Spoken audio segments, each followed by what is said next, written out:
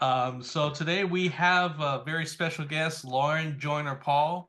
She is the chair of Nami Hall County, uh, master's degree in social work, as well as presenter in Our Own Voice, Ending the Silence, as well as other NAMI programs in person. So, Lauren, if I forgot anything, feel free. Well, thank you, Corey. It's good to be here.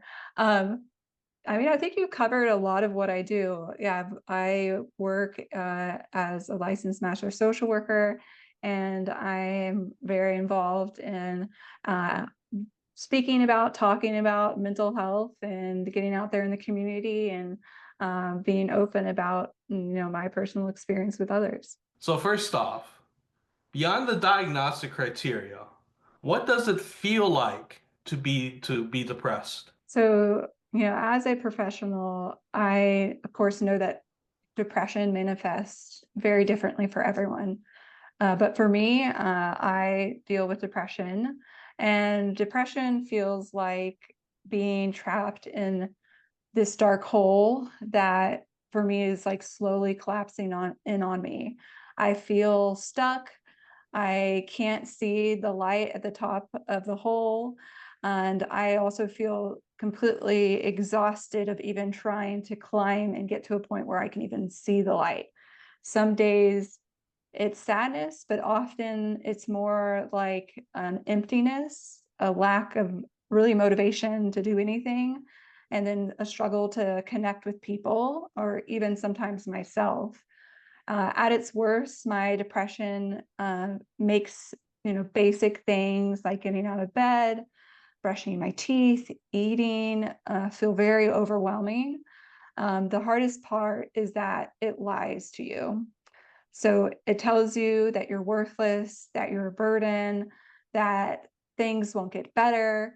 But the truth is that depression is a condition and it's not a personal failing. And that's my experience with depression. How does it affect your cognition and your ability to get work done? Oh gosh, it definitely really impacts me. I Another big factor for me when I am uh, really dealing with my depression is that I also am not very attentive. It's hard for me to get things done. I lack that motivation, and then on top of that lack of motivation is also the depression lying to me. So on top of me not feeling motivated or able to do things, my depression is lying to me, telling me, oh my gosh, like you're a terrible person. You can't get this done. This is something you have to do. So it definitely, it can feel like a fog, that you're dealing with a fog that's making it hard for a lot of things to see and get things done. So, how long have you had the diagnosis of having clinical depression? So I was diagnosed with major depression disorder when I was 26. I was in graduate school, but looking back, I can see that my depression has really, it's been a part of my life for as long as I can really remember. I've struggled with self-worth and suicidal thoughts as early as elementary school. I didn't have the words or understanding for what I was feeling at the time, but it was always there lurking underneath the surface for me. How did it affect your studies in high school as well as grad school? So in high school, it it impacted me when it came to, again, like I talked about getting things done. I had a lot of support, thankfully, from my family. And also in through my high school and graduate school and college years, I received accommodations because I also diagnosed with ADHD and a learning disability. And so because of that, that was very helpful for me to like actually get things done, having that extra support. So, what was the diagnostic process like, and who evaluated you, and how did they proceed? Did go with straight to medication or talk therapy or both? When I finally sought help in graduate school, it started with I first went and I saw a therapist, and I started talking about what I was experiencing, and eventually my therapist was like, I think I'm going to refer you to a psychiatrist. What you're describing, you want to kind of get a picture of what it is. And so I was referred to a psychiatrist who kind of confirmed what my therapist thought was potentially going on. The process really involved discussing my symptoms, my medical history as well. It's very important to also eliminate anything medically that's going on. Like when I first was experiencing, and when I sought help, I also got like a full medical evaluation done and looked to see if I had any deficiencies when it comes to vitamins and different stuff like that. And I found that I did, and that was also contributing to my experience of depression, like vitamin D. That was one that I had a deficiency in. And so I had to be put on a prescription for that.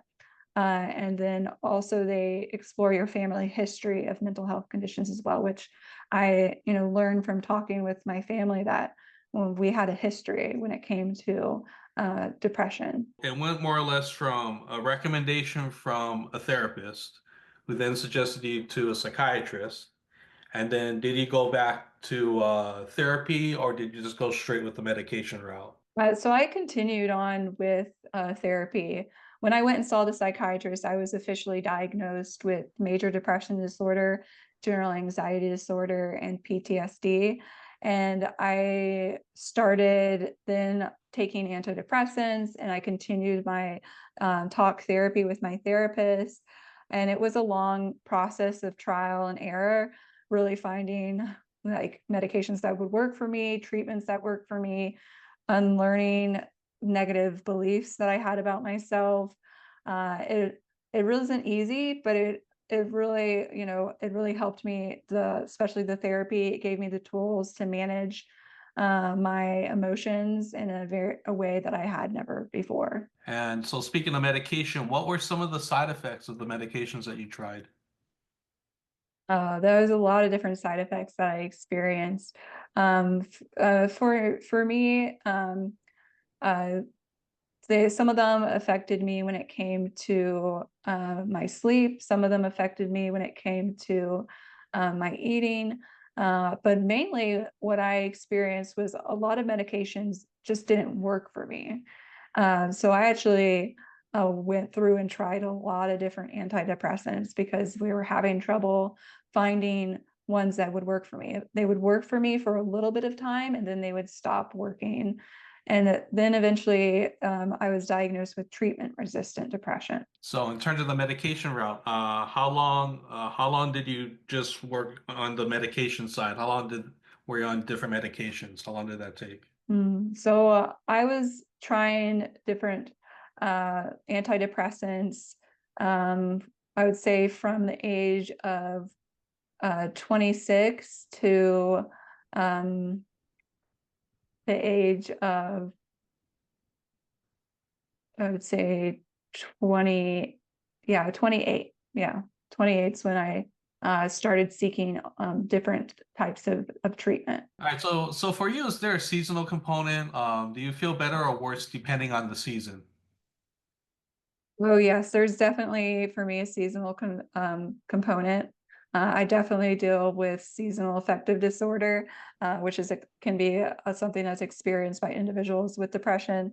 It's just added on with the changing of the seasons, changing in when your experience of depression. So for me, winter is especially hard. The shorter days, the cold. It makes me feel more sluggish, more isolated. I'm not able to like get outside as much because of it being colder. I've really learned over time that I really have to be proactive when the seasons are changing. So things like light therapy, I have a light box that I use. Really keeping a consistent schedule is important. The time changes always get me, but I always try to prepare for them. And really making sure that I stay active is helpful for me. on the other hand, spring, like now it's coming into spring and summer. These are my months that I do great. I love these months.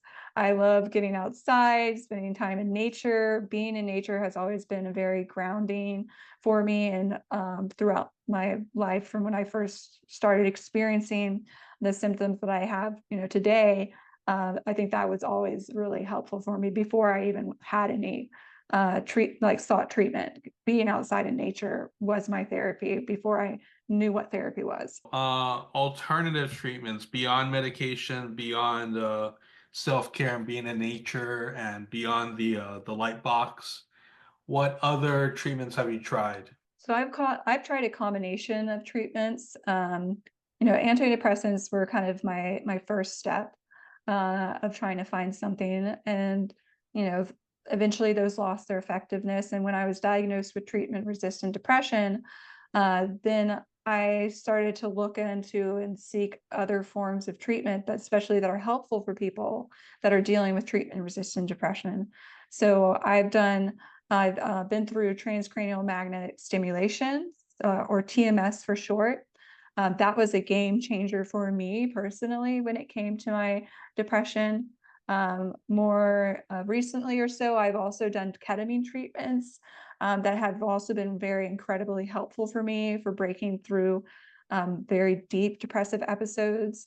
I also, of course, still do therapy. I still do therapists. There are so many different types of therapy when it comes to methods and modalities that the therapists use. And so if one modality or method's not working for you, you can try different ones. So I have done different types of therapy like EMDR, which is eye movement desensitization reprocessing therapy, which is helpful for specifically some trauma that I've experienced in my life. Also exercise, getting outside, mindfulness practice. I found that really a combination of a lot of things has helped me. All right, so let's talk a little bit about the alternative treatments. Now, TMS, transcranial magnetic stimulation. So what's that process like? What do you do when you go into the office and you say, I want to do TMS? Yeah, so going in for the TMS, so you've only had to have failed at like one antidepressant for you to qualify for insurance to cover TMS. And just to tell you, like, first of all, what is it? Because when I say I've done transcranial magnetic stimulation, it sounds really scary, right? A lot of people think that I'm talking about electroconvulsive therapy. This is different than that. Electric convulsive therapy is also very helpful for individuals. It's not like today, it's not like what we used to see in the movies, we still see.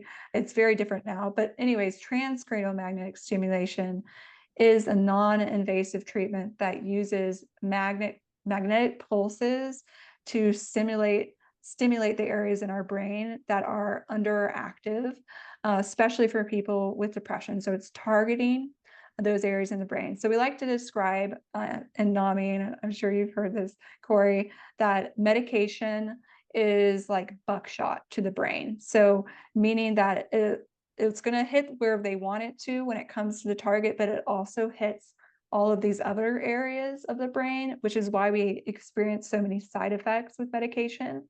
Yeah. But transcranial magnetic stimulation is like a bullseye. It's hitting it right on the spot. And so there's not any side effects when it comes to transcranial magnetic stimulation. For me, in the treatment that I receive, it's like my brain was being woken up after weeks of treatment. It's not something that happens overnight when it comes to transcranial magnetic stimulation. It's a slow process. You start to notice just that slowly over time, the heaviness starts to lift, and I start to get more and more energy, more motivation. It slowly starts to come back.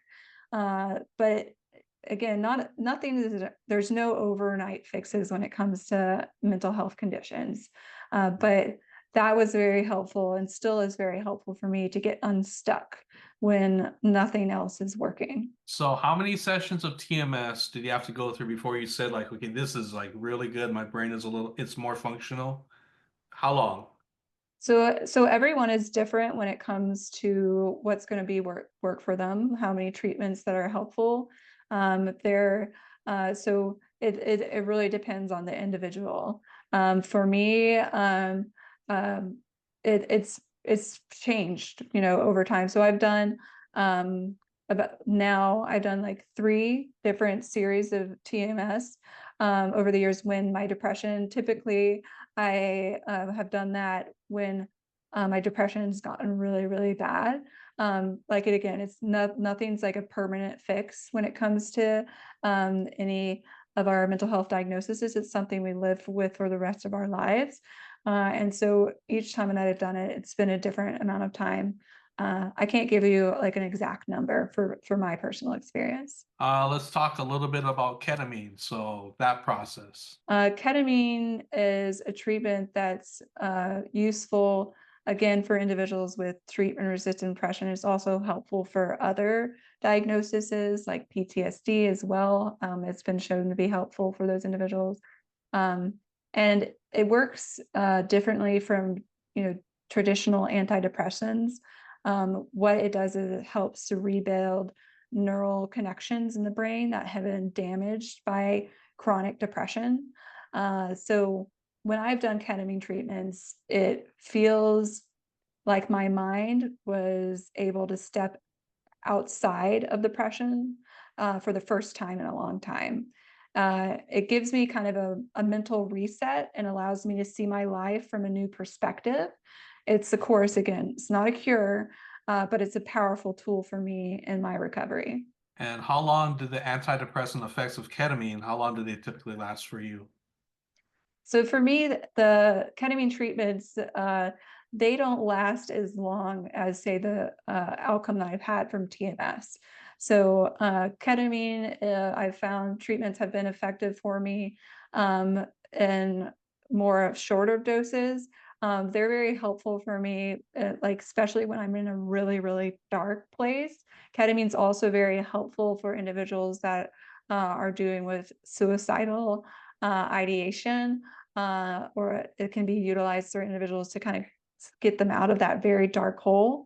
And so that's been what's very helpful for me when it comes to ketamine treatments. But it's not as long-term effective for me personally, but everyone, again, is different. Let's talk about some of your co-occurring disorders. So PTSD, and I believe you said you have ADHD as well. Yes, yeah. So I was first diagnosed with ADHD and a learning disability when I was a child. Um, so, I realized that I felt different than other children when I was younger, and I really struggled with anxiety, self-doubt, and intrusive thoughts. Um, and I just thought that everyone else went through that, or also I thought that maybe that's just who I was, and like I was just alone in the world and what I was experiencing. I kind of went back and forth between maybe everyone else is going through this, or I'm completely alone in this. But my parents did actually notice, that I was struggling when I was younger, and not only my parents but my teachers. And so I got evaluated at a very early age at 5, when it comes to what's called a psychoeducational evaluation that was done. And that was because, what was going on.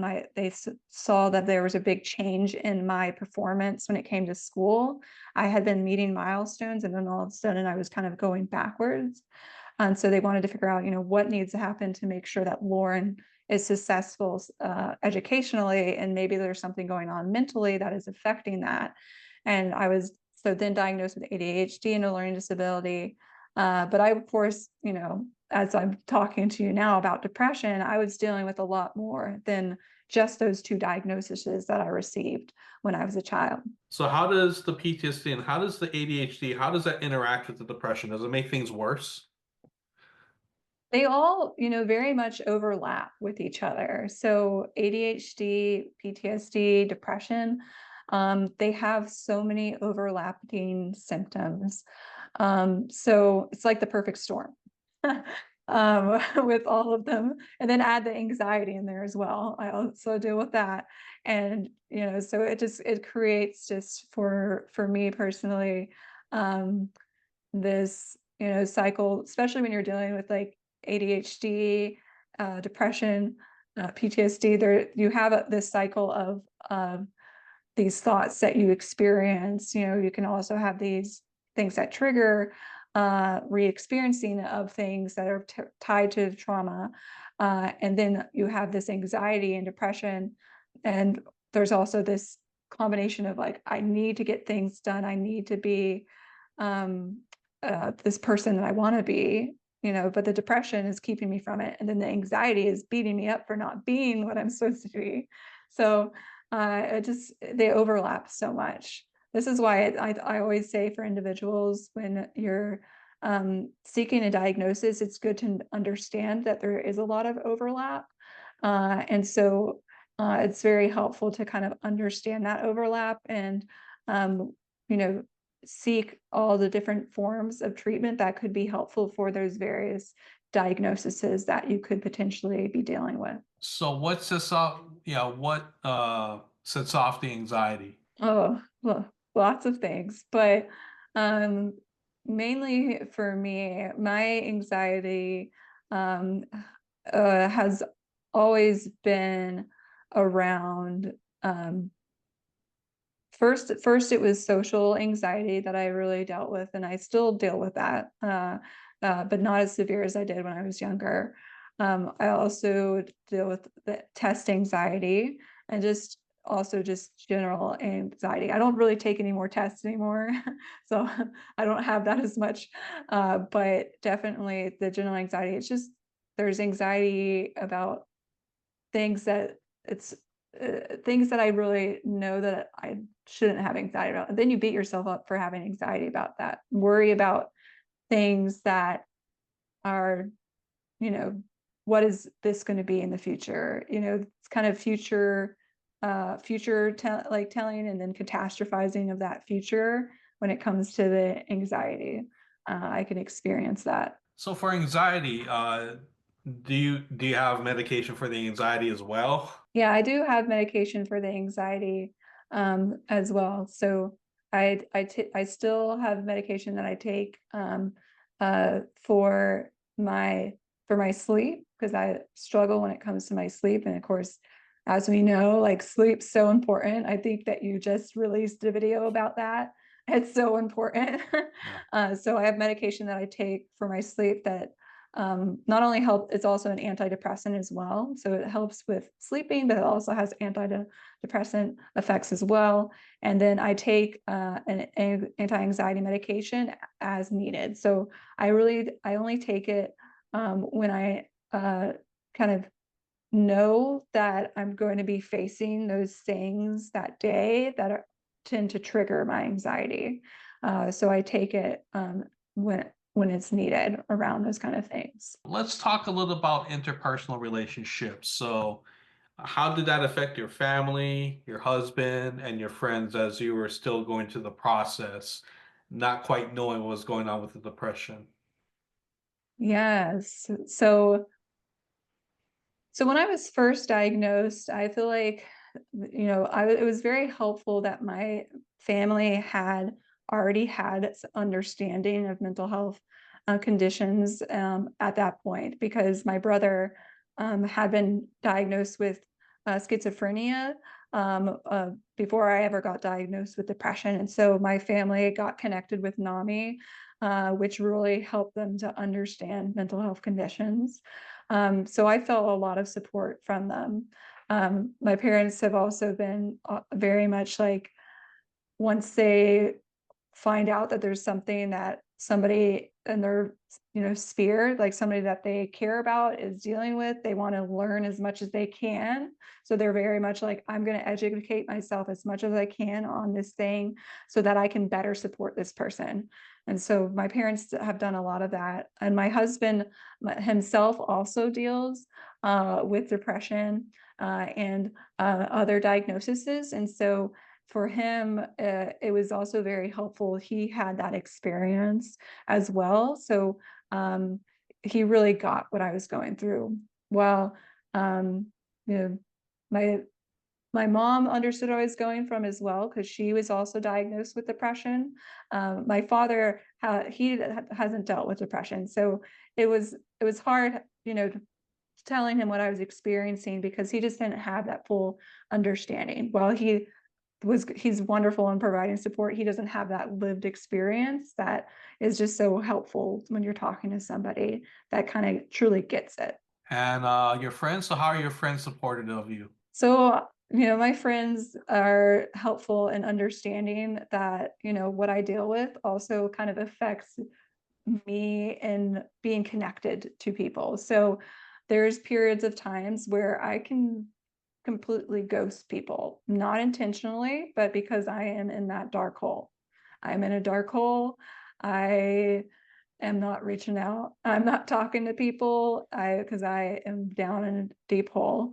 And my friends don't hold that against me, which is very helpful for me, because there's a lot of there's a lot of shame, there's a lot of self-blame, and when you get out of that dark hole, especially around, like, your family, just anybody, social connections, there's also blame and guilt around, like, man, I just completely disconnected from these people when I was in that place. And so, having friends that understand that I am not intentionally not reaching out, it's because I'm in a dark place, is very helpful. It helps combat uh, that blame that you can put on yourself of, oh, I'm a terrible friend. I'm not reaching out to people. I am always saying no to things when people are inviting me places. It definitely, having friends that get it and are there for you and will continue to even reach out after you've ghosted them is very helpful. So going back to your husband, you mentioned that your husband also has major depression as well, right? Mhm. Um, does it ever get to the point where your depressive episodes sync up and you're both depressed at the same time? So we have not had that experience, but I know everyone's different, so I'm sure people have. But for us, it seems that we tend to cycle. Um, uh, when I'm in a dark hole, he's not in the dark hole. And I do think that, if we were both in a dark place together, we still would be able to support each other in that experience, when it comes to what we're going through. And we both are very active in our own, treatment, and getting, following through on that. So neither of us try to, um, you know, make the other carry everything that we're carrying. We really work as a team together when it comes to, not only just everything that life throws at you, but also when it comes to our mental health diagnoses. So to go back to PTSD, you mentioned that and did you try EMDR? Yeah, I did try, and I tried EMDR, and I'm actually going to be, probably restarting some of it here too as well.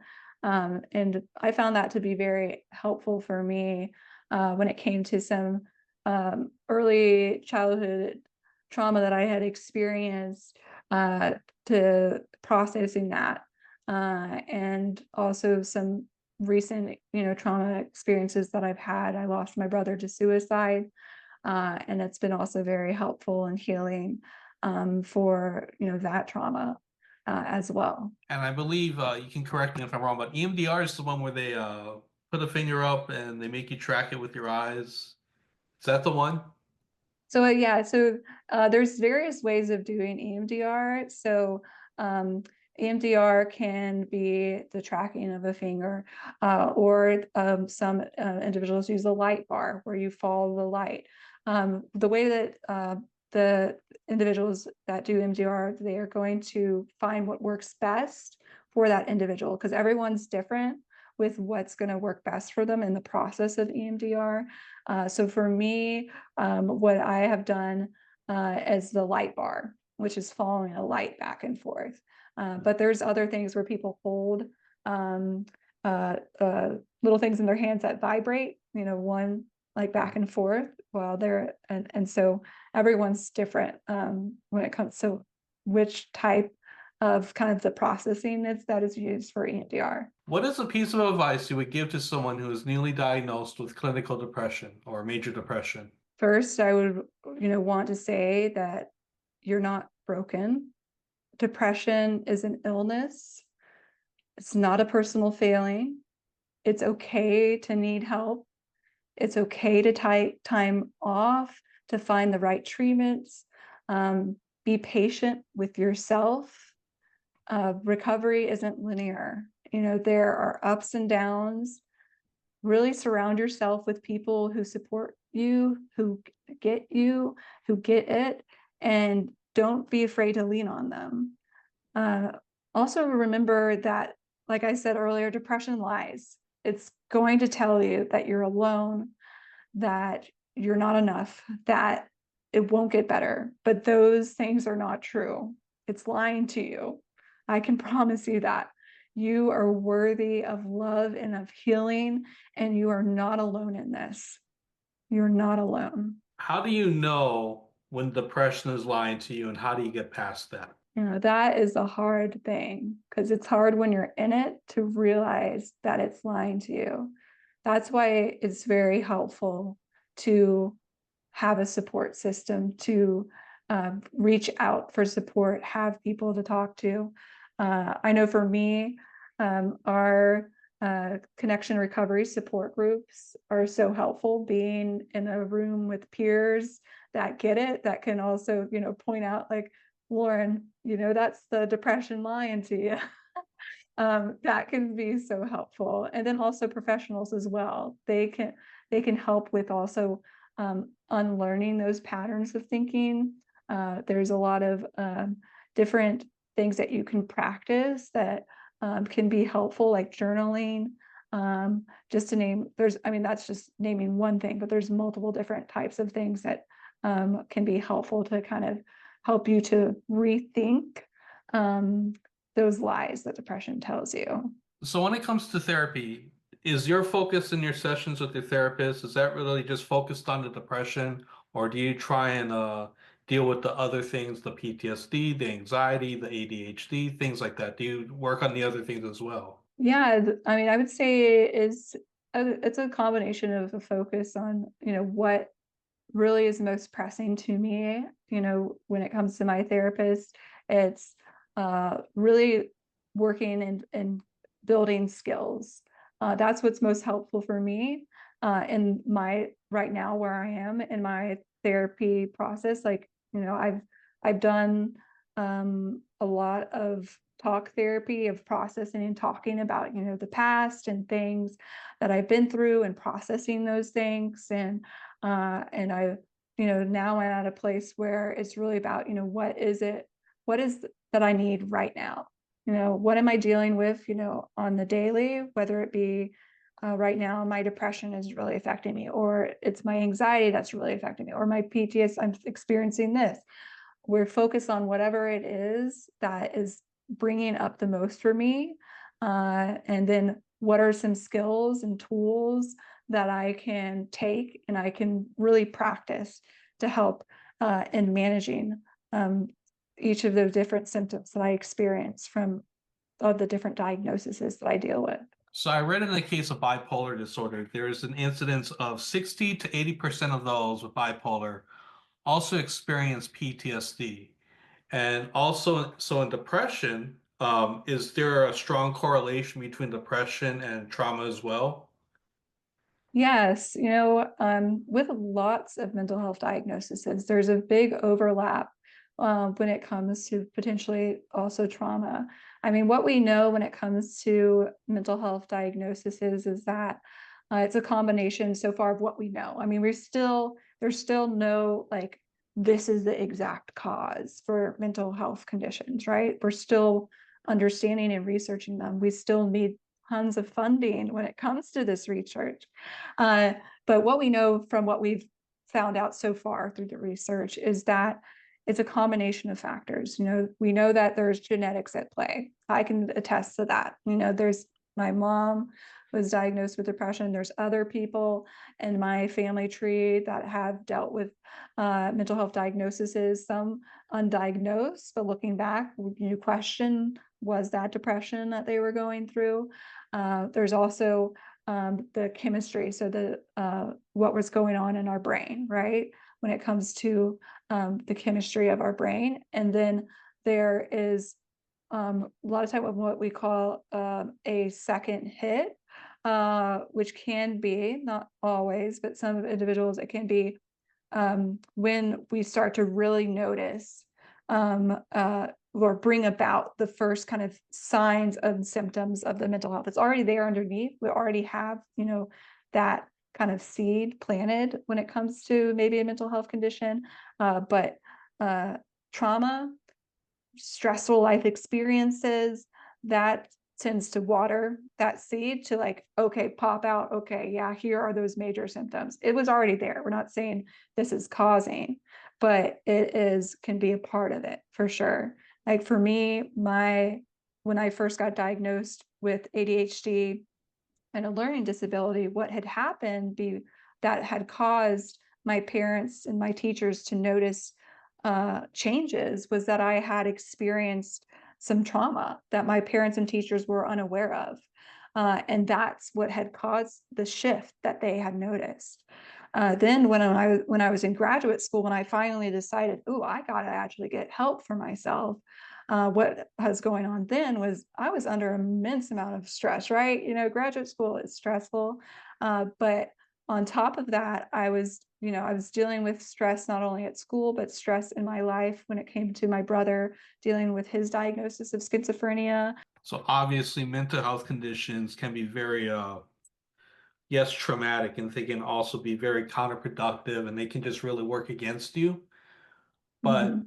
do you see any positive about having your various, especially with depression, any positive silver linings? Oh yeah. I mean, well, it's put me through a lot of dark places, for me, I mean, it's led me to what I do now. Like I would not be in the work that I am now. I would not be involved in the things that I am involved with if I had not gone through the experiences that I've had.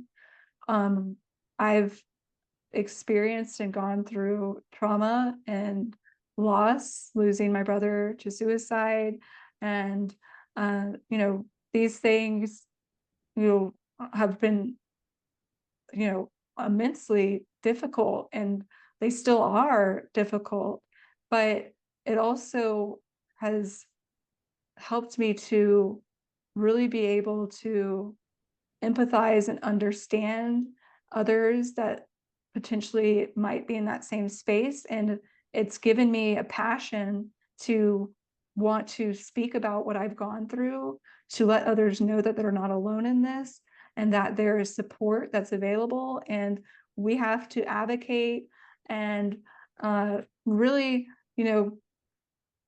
our brains are the final frontier, right?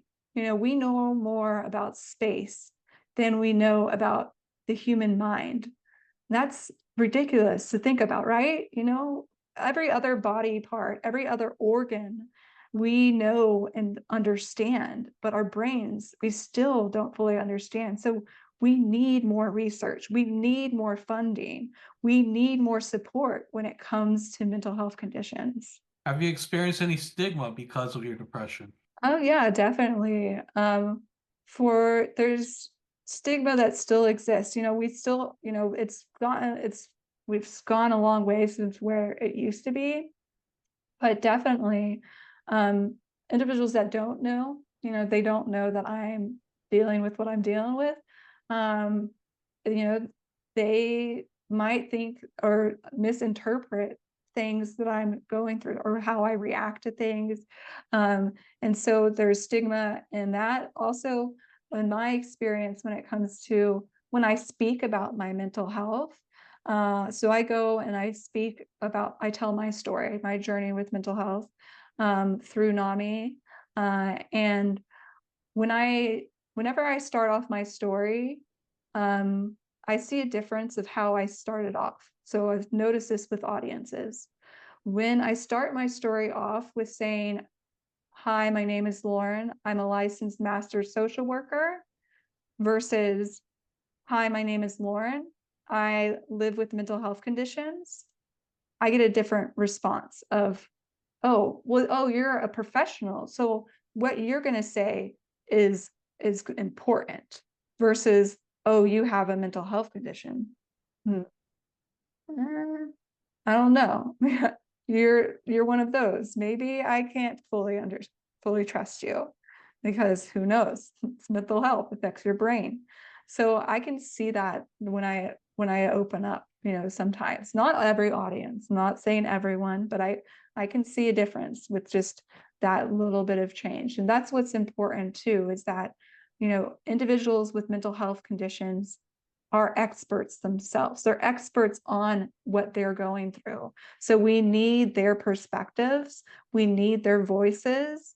And when it comes to not only understanding mental health, but also in the treatment of mental health, we have the peer support specialists that are so helpful when it comes to individuals. Having that voice, having that support is just as helpful as individuals that have spent years in studying and understanding and getting a degree in mental health. They're just as important.